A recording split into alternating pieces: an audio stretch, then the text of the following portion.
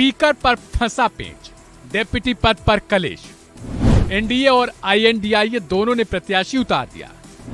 Voting में होगा खेल, किससे किसका मेल। देश के इतिहास में पहली बार स्पीकर पद के लिए चुनाव होने जा रहा है। एनडीए की तरफ से जहां ओम बिरला स्पीकर प्रत्याशी होंगे, तो वहीं आईएनडीआईए ब्लॉक की तरफ से के सुरेश को उम्मीदवार बनाया गया है। दोनों ही नेता अपना नामांकन दाखिल कर चुके हैं। अब कल लोकसभा अध्यक्ष के लिए चुनाव होगा, लेकिन यह दिन अब ऐतिहासिक होने जा रहा है, क्योंकि इससे पहले कभी भी स्पीकर पद के लिए चुनाव हुआ ही नहीं था। लोकसभा चुनाव में एक दूसरे पर आरोप प्रत्यारोप के बाद जो रिजल्ट आया, उससे बीजेपी को तगड़ा झटका लगा था। लेकिन अब पल पल बीजेपी के लिए मुश्किलों की राहों पर चलकर सरकार चलानी पड़ रही है। पहले सहयोगियों के साथ सत्ता पर काबिज होना, तो फिर अब स्पीकर पद के लिए बवाल का सामना करना पड़ रहा है।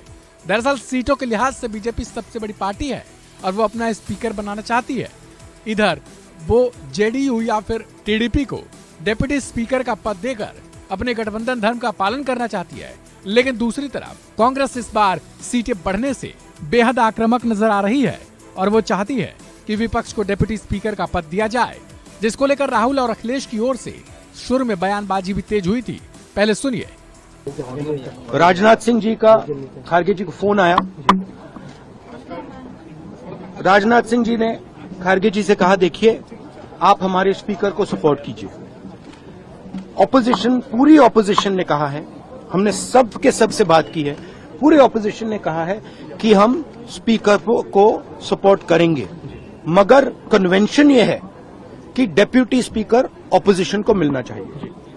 राजनाथ सिंह जी ने कल शाम कहा था कि वो खारगे जी को कॉल रिटर्न करेंगे।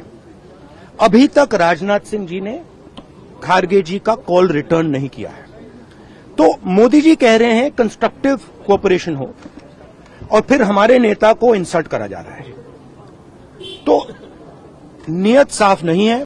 अब ये सब सामने आ जाएंगी, सब चीजें सामने आ जाएंगी, सब सामने आ रही है अभी चीजें, अभी सब सामने आ रही चीजें। जो विपक्ष की मांग यही थी कि उपाध्यक्ष विपक्ष का हो,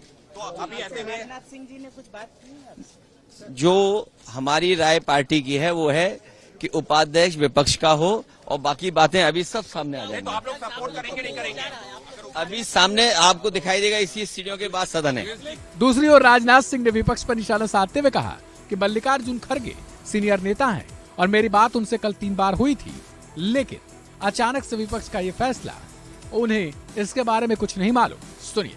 कॉल बैक नहीं किया गया आपके द्वारा। राहुल गांधी जी ने कहा कि खड़गे जी ने, वैसे जहाँ तक खड़गे जी का प्रश्न है, एक सीनियर लीडर हैं, उनका सम्मान करता हूँ। कल से लेकर आज तक उनसे 3 बार हमारी बात हुई है।